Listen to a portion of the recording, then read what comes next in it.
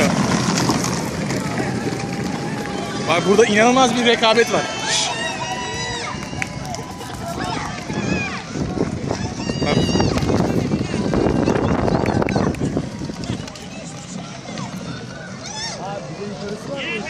Oo, o sakatmış oğlum.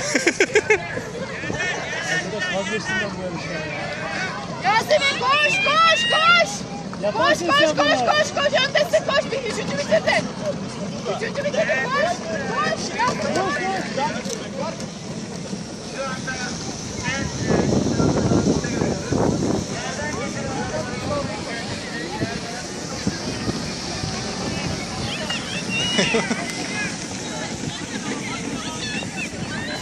Aşağı inmek iyiydi de.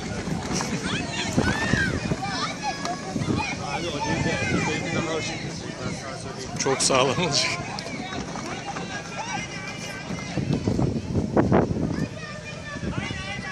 Bir dakika. Şşş, bir daha iniyorlar, bir dakika. Eyvah, gelişe bak. Aha. Spin yapıyor abi. Vallahi.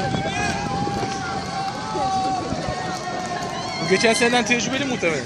Kesinlikle. Eyvah eyvah, gidişe bak. Oho.